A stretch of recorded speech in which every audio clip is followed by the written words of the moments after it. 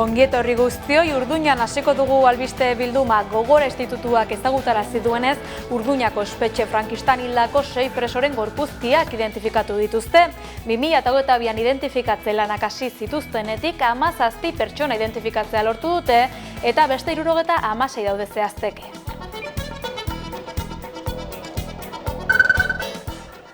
Bilbon 2 pertsona atxilotu dituzte 2 emakume prostituzioan aritzea behartzeagatik.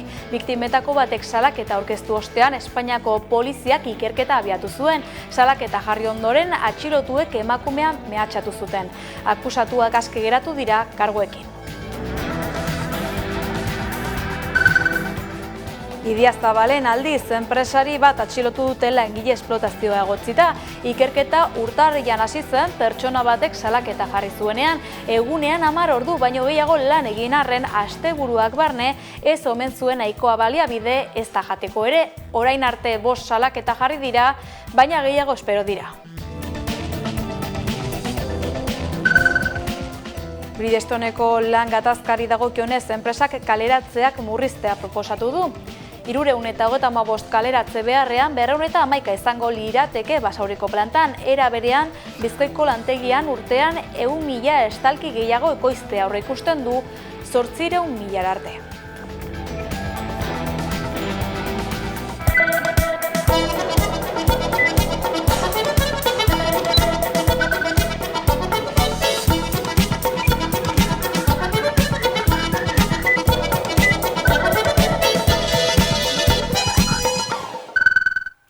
Astelehen honetako elkarrizketari emango diogu pasoa orain. Manu Lezertua Euskal Autonomia Erkidegoko Ararteko aktualitate solasaldian izan da. Bertan, bere 10 urteko ibilbidea baloratzeaz gain Euskal Gaztedian presente dauden jarrera matxistei buruz, LGTBI kolektiboan jasaten dituen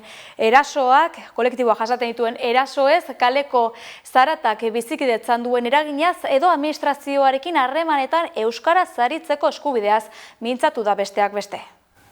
Kaixo guztioi eta ongi etorri. Gaurkoan, aktualitate solasaldian, herritarren eta erakunde publikoen arteko harremanean sakonduko dugu, baita biztanleria babesteko dauden baliabideetan ere.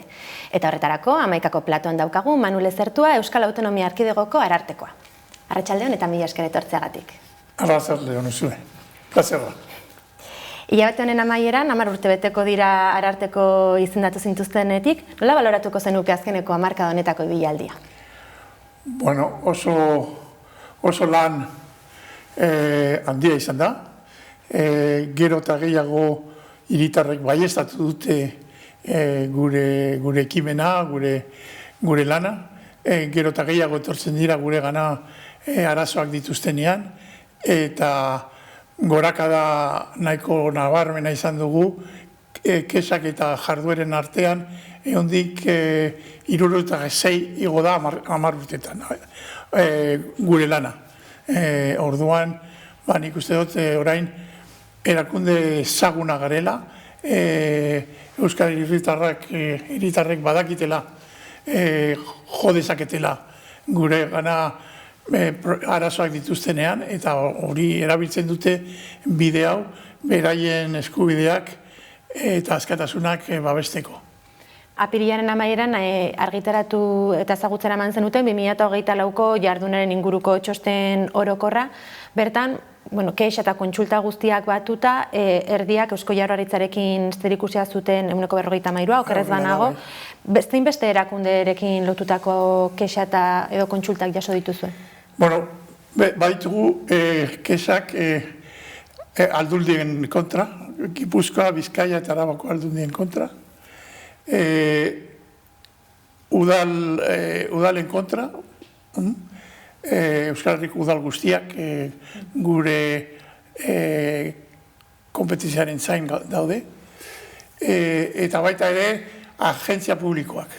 Ezin gara sartu arazo pribatuetan. Zuzure hausokide batekin arazo bat badokazu, hori ez da Arartekoaren lana. Baina zure udalarekin badukazu istilu bat edo deostasun bat, eta zure eskubideen babesa eskatzen baduzu, hori bai, hor sartu gaitezke. Eta, agentzia, ez dakit ura, agentzia, edo zera du izena EBE, energiari buruzko agentzia ere, horrelako asko daude, transporte, garraioak, abukatuen elkarteak, izate baterako, hor bai publikoak diren neurrian, Arartekoa badauka eskumena eskuhartzerik. Eta zein gairen inguruan errepikatu dira kexa eta kontsulta gehienak? Zeintzuk dira jorratu diren gai nagusiak? Pasadan urteari buruzari naiz, Pasadan urtean gehiengoa izan zen gizarteratzea. Badakizu Euskadin badagoela sistema nahiko orokorra, renta de garantía de ingresos, ez daki euskerazko RGI, mundu guztia esaten du RGI.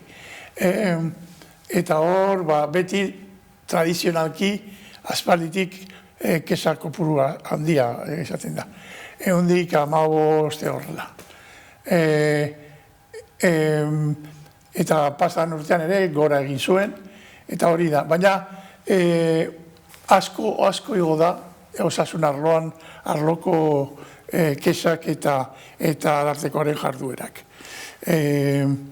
Orduan, urte batetik bestera, 23-tik 24 igoera iaia eundik 70 igoera izan zen. Pasaden urtean ere beste hainbat txosten aipatu argitaratu zenituzen eta horien inguruan galdera batzuk egin nahi nizkizuke.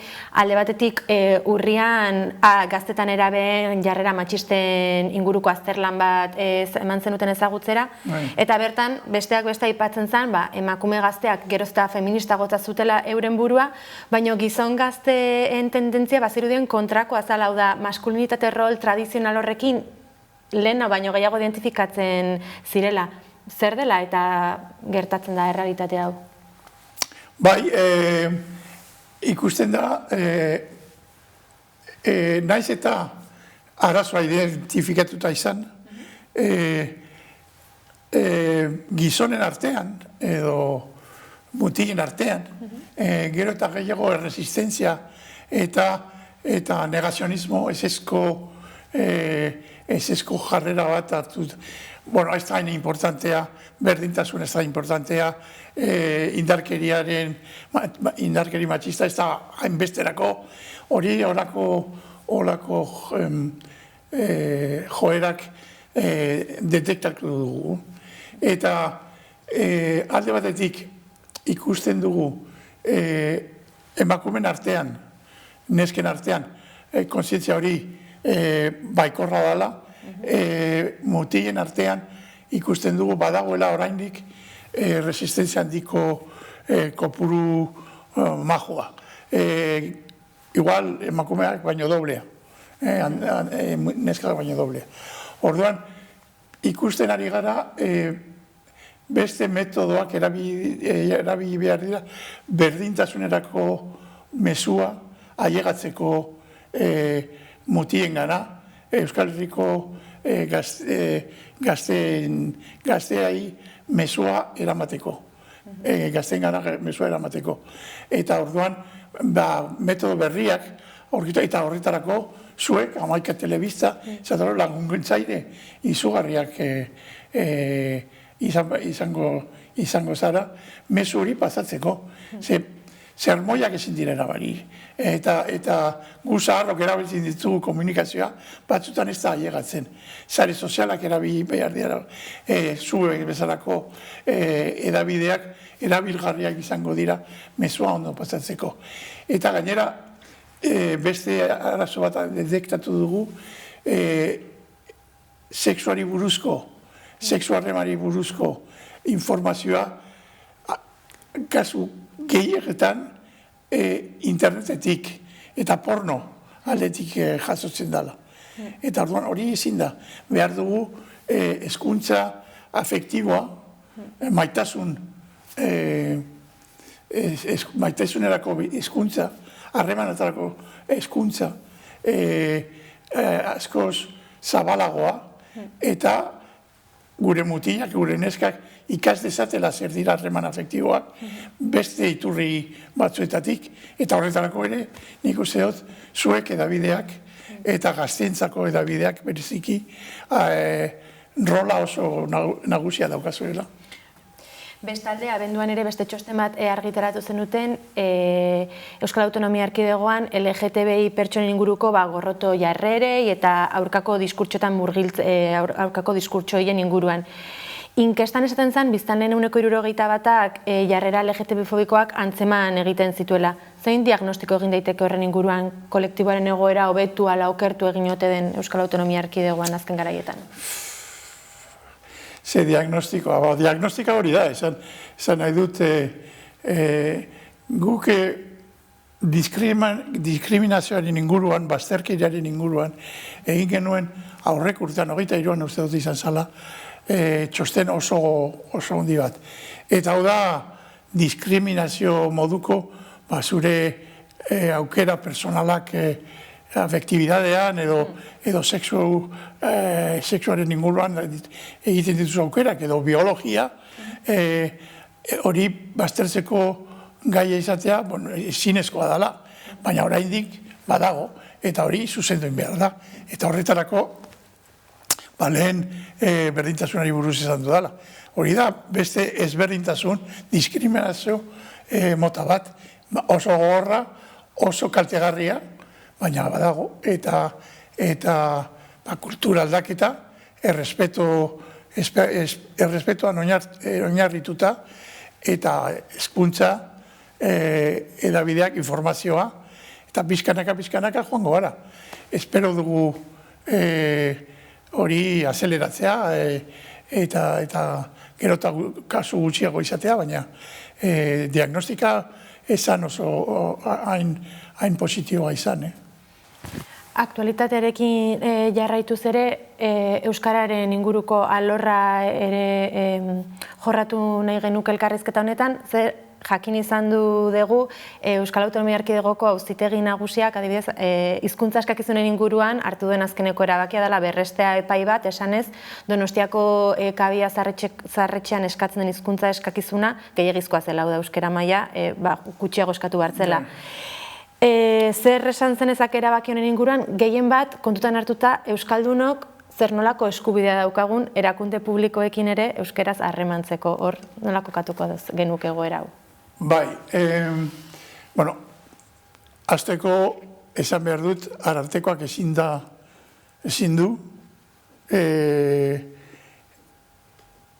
ezin da sartu epaien erabakitan guk esateko onak edo txarrek diren. Ez da gure lana, eta gainera legeak dio Arartekoak ezin duela epaitegitako sententziak eta erabakiak aztertu edo kritikatu. Orduan, ni ez dut esango ezer epaitegiak esan sententzia hori ona edo txarra da. Nik bakarrik esaten dut gauza bat. Legeak dagoen bezala, ziurtatu behar du bakoitza nahi duenean administrazio batekin harremanetan jartzen danean euskera edo espainola erabiltzeko. Eta hori ziurtatu behar da. Orduan, horretarako administrazioak izan behar du personala arreta euskera emateko. Eta ezin da onartu, eta nik ez dut onartzen. Jendea badoa zerbitzu publiko batera, eta euskera sartatua nahi du, eskatzen badu, eta es que aquí no hay nadie que hable euskera. Pues tiene que haber. Eta horretarako selekzio prozesuak, eta heziketa, eta tresnak egon behar dira, arreta persona guztiak hartatzeko euskeraz. Datorren astean uste dut, atarako dut artikulu bat honetaz, prentzan, Euskal Administrazioak euskalduntzeko prozesu bat izan da, pizkanaka, 40 urte dara matzago, eta orain identifikatuta dauden euskeraz behar dituzten postuak, behar duten lanpostuak, langile euskaldunak bete behar dutela. Hori legean dago. Ez da nire asmakizun bat, eta euskeraz arreta emateko langile euskaldunak behar dira. Eta nik uste dut bidezkoa dela horretarako langile euskaldunak hautatzea zenbait lanposturako. Gero, beste lanpostuta bat dalako ez dela behar, bueno, igual bai, baina nire kezka momentu honetan da, zelan betetzen da euskal legea. Eta euskal legea dio, zu edozein momentuan, edozein administrazioa jotzen baduzu, euskal administrazioa, euskeraz egiteko eskubidea dakazula. Eta orduan, hori eskatuko diot, nik aldudan guztia, aukera guztietan, euskal administrazioei. Izan ditugu kasu pare bat, pasadan urtean ez, urtearen hasieran, ez pasadan urtean, abenduan izan zen. Kasuak poliziarekin. Donostian oso kasu gogorra izan genuen, baina azkenean Eusko Jaurlaritzak onartu zuen guk esandakoa, eta gainera badirudi indartzen ari dela formakuntza euskeraz arkauten esate baterako. Hori ondorio bat izan da. Baina sailburuak idatzi zian, esan ez onartzen zuela, eta neurriak hartuko dituela, edozein patrullan, edozein taldean baten bat egoteko, eta zu hartatua nahi baduzu hartatua izan euskeraz, aukera hori izateko, hori zure eskubidea da. Gaurkoan hemen utziko dugu gure elkarrezketa, Manu Lezerto, mila esker Hamaikara etortzeagatik. Mila esker zuei eta zuen lana eskubideen alde ere oso importantea da, eta eskartzen dizut. Ipar Euskal Herrian lurraldean etapa instituzional berri bat lantzera konprometitu dira Batera plataformako kideak. Instituzio berriaren aldeko adostasun zabala lortu nahi dute horrela Parisekin negoziatzeko. Maiatzaren 10ean Espeletan Batera plataformak egindako biltzar nagusian, Ipar Euskal Herrirako etapa instituzional berri bat lantzeko konpromisoa hartu dute.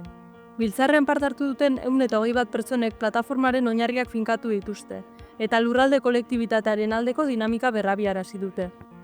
Euskal Elkargoa sortu eta 8 urtera eragile sozial desberdinak eta tendentzia politiko desberdinetako ordezkariak ados jarri dira lurraldearen etorkizuna elkarrekin gogoetatzeko eta instituzio berri baten alde egiteko. Berdugu gozka bat gainditu, hemengo egitura batek ukan dezan podere judiziala, podere instituzionala, podere ekonomikoa pixatzeko hizkuntza politikoetan. Gure helburua izanen da ere pedagogia egitea Parisen erakusteko Euskal Herria boz batez eskatzen duela beste etorkizun bat, beste tresna bat. Lehenik lurralde kolektibitate baten pausua eran nahi du departamentuko almenak eta elkargoaren almenak bateratu, horrek azkartuko du gaur egun Ipar Euskal Herriko jendartearen eguneroko bizitza, ez bada ere zuzenean oartzen, garrantzitsua da hor pauso horiek egin maitea. Osten gara berriro batera martxan jartzearekin, elkarrekin eta anistasunetik ere herria egin behar dugulako, eta seguru gaudelako gainera burujabetza prozesuan aurrera egiteak eta lurralde bakoitzan, gure lurraldetan ematen diren burujabetza prozesu desberdinek, gainontzekoen burujabetzak ere eta autogobernu zabaltzeak laguntzen dutela. Horrela, Batera plataformak segida ematen dio Baterak, hautetzien kontseiluak, garapen kontseiluak, herrien biltzarrak eta merkataritza ganbarak 2013an adostutakoari. Lurralde kolektibitatearen ezaugarriak oraindik zehaztekoak badira ere, antolatzaileek Liongo kolektibitatea hartu dute adibidetzat. Lurralde kolektibitate hori baita elkargo baten eta departamentu baten eskumenak biltzen dituen bakarra. Biltzar nagusian hitz hartu dutenek Baterak azken urteetan egindako lana goraipatu dute eta lurraldearen aniztasuna islatzen duen talde eragile berria eratu dute. Finkatutako helburuak lortzeko 2025-28ko bide horria aurkeztu eta buskatu dute. Baterak hauteskunde sekuentzian eragin nahi du Ipar Euskal Herriaren etorkizun instituzionalaren gaia lehen lerroan esartzeko. Horrez gain, dinamikan parte hartzeko, lurraldeko herritar eta eragile guztiei dei egin diete Ipar Euskal Herriko lurralde kolektibitatearen alde mobilizatzera. Ipar Euskal Herrian jarraituz, beste behin ere milaka euskaltzale izan dira Seaskak antolatzen duen herri urrats jaian. Balorazio ona egin dute antolatzaileek eta baita hurrengo hitzordua zehaztu ere, maiatzaren 23 mobilizatuko dira Frantziako Hezkuntza Ministerioari baliabide gehiago galde egiteko. Urtero bezala euskararen aldeko festa handia senperera itzuli da. Atzo maiatzaren 11an milaka euskaltzale bildu ziren herri urrats 2025 ospatzera. Seaska ikastolaren alde eta euskarazko murgiltze eredua babesteko. Aurtengo leloa elgarrekin izan da eta egunak argi utzi zuen. Komunitateak bat eginda jarraitzen du euskararen alde. Eguraldi iragarpenek ez zuten lagundu, baina goizean goizetik festa giroa nagusitu zen senpereko aintziraren inguruan. Musika, dantza, tailerrak, jolasak eta dupla taldearen elgarrekin abesti berria egunaren soinu banda bihurtuta. Goizeko irekiera ekitaldian Seaskak salatu zuen Frantziako Hezkuntza Ministerioak ez diela oraindik jakinarazi zenbat irakasle eta ikasgela izango dituzten datorren ikasturtean. Eta egoera horri erantzunez, manifestazio batera deitu dute maiatzaren 23rako Baionan. Arratsaldean euria agertu bazen ere, jairik ez zuen zapuztu. Milaka lagunek parte hartu zuten eta senperetik Euskal Herriko txoko guztietara zabaltzen den mezua indartu zen. Euskarak babesa eta baliabideak behar ditu, eta euskaltzaleak prest dira horretarako. Egunaren amaieran Seaskak bihotzez eskertu zuen bertaratutako guztien babesa eta gogorarazi zuen elkarrekin eraiki dugu Seaska eta elkarrekin jarraituko dugu.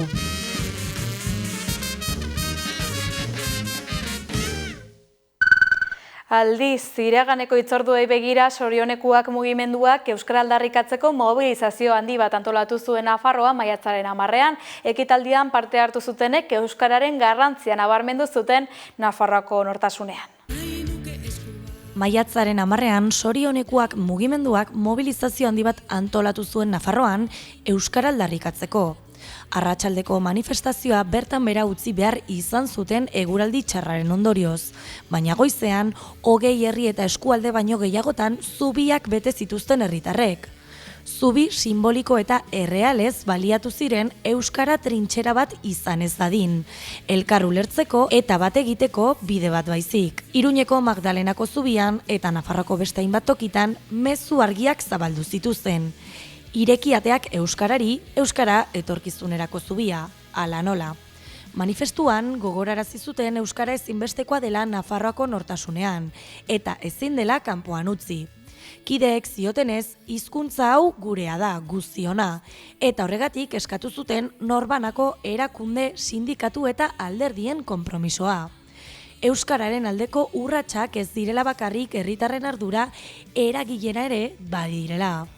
Sorionekuak mugimenduak argi dauka.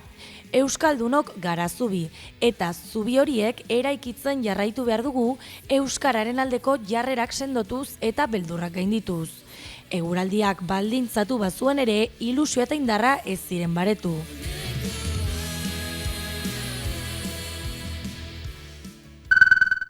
Mugikortasun jasangarria bultzatzeko eta ikertzeko mobil egoitza inauguratu dute Zubietan, adi xetasunei. Mugikortasun jasangarria bultzatzeko eta ikertzeko mobil egoitza inauguratu dute gaur Zubietan. 9.700 metro karratu ditu zentroak, eta garraio jasangarria bultzatzeko eta ikertzeko mugikortasun sistemak lantzeko eta hobetzeko enpresak eta laborategiak daude bertan. Egun 8 enpresa eta 2 ikerketa zentro daude, eta 80 langile inguru ariko dira bertan lanean. Instalazioak 3 entsegu laborategi ditu, eta biltegiratze elektrikoa, trakzio elektrikoa eta hidrogeno pilak probatzeko laborategiak daude. Bertan izan da Imanol Pradales Eusko Jaurlaritzako lehendakaria.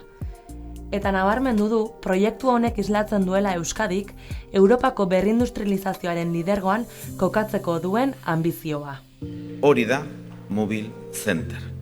Ambizioa, epeluzeko ikuspegia eta aurre hartzea elkarlana sustatuz. Eider Mendoza, Gipuzkoako ahaldun nagusiak, azpimarratu du Gipuzkoako enpresa sarearen lehiakortasunaren aldeko apustu industriala dela, eta kalitatezko enplegua eta ongizatea sortzen dituela. Horixe da mobil, lankidetza eta berrikuntzarako gunea. Gure industriaren etorkizunera begira, ekarpena egingo duten pertsona eta enpresei irekia. Etorkizuneko mugikortasun jasangarri eta adimentsua. Etorkizuneko industria eta etorkizuneko enplegua. Mugikortasun jasangarri eta adimenduan Europan aitzindaria izango den ekosistema sortzea da xedea. Eta horretarako, egoitza horren ondora lekualdatuko dira Bigmotez, Fidetek eta Tecnalia zentro teknologikoak ere. Ez dagoela Europan Mobile Center bezalako beste zentrorik. Hemen Gipuzkoan, azken belaunaldiko laborategiak eta mugikortasun jasangarri eta adimentsuaren alorrean, punta-puntako konponbideak garatzen dituzten enpresa sarea elkartzea lortu baitugu. Mendozak hazteko margina dagoela azpimarratu du, eta epe motzean 13 enpresara iritsiko direla nabarmendu dute.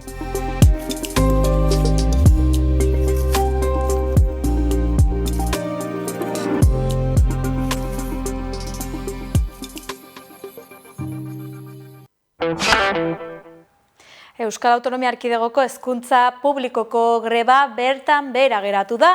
Akordioa sinatu dute hezkuntza sailak eta sindikatuek. Ela izan da akordioa sinatu ez duen sindikatu bakarra. Bertan behera geratu dira Araba, Bizkaia eta Gipuzkoako hezkuntza publikoko irakasleek aste honetarako deituriko grebak. Eusko Jaurlaritzak eta sindikatuek elak izan ezik akordioa sinatu ostean. Orduak iraun zituen ostiraleko negoziazioak, izan ere 3 bildu behar izan zuten negoziazio maila. Eta gaueko 10:30 aldera iragarri zuten irakasleek itun berria izango dutela. Lab sindikatuak aurkeztutako proposamenak sindikatuak berak ezinbestekotzat jotzen dituen hobekuntzak lantzen dituela jakinarazi du. Akordio berri honen bitartez, hezkuntza publikoa indartuko da, eta hezkuntza kalitatean eragin zuzena duten neurri eta baliabideak lortu ditugu izan ere, labentzako ezinbestekotzat jotzen genituen baliabideak lortu dira, bai ikastetxeetan egunerokotasunean dauden errealitateei erantzuteko, aniztasunari, hezkidetzarako edo euskara indartzeko baliabideak lortu ditugu.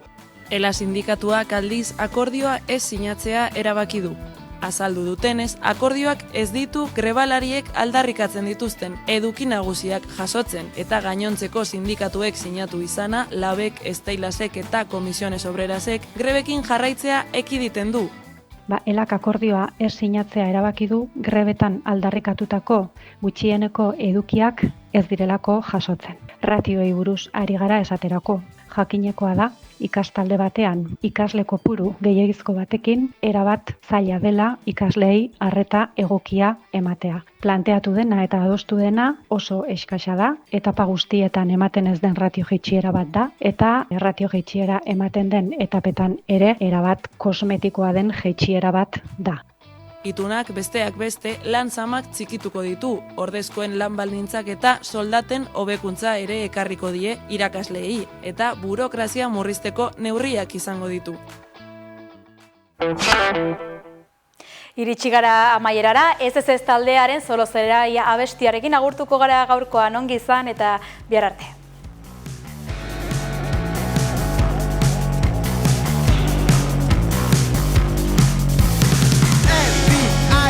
Siglo X sube, danak euren gauzetan sudurre, ibilten zan kantu kalapurre, ez izen ez oro zelai, biozikale gira, deitu eben loko, baina horrek zira, más muertos que vivos.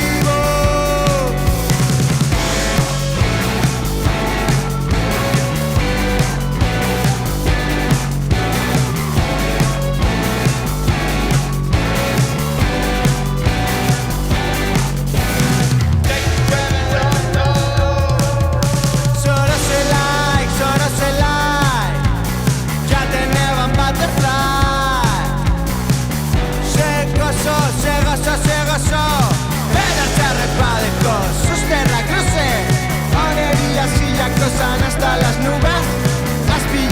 bat maizu ilusionista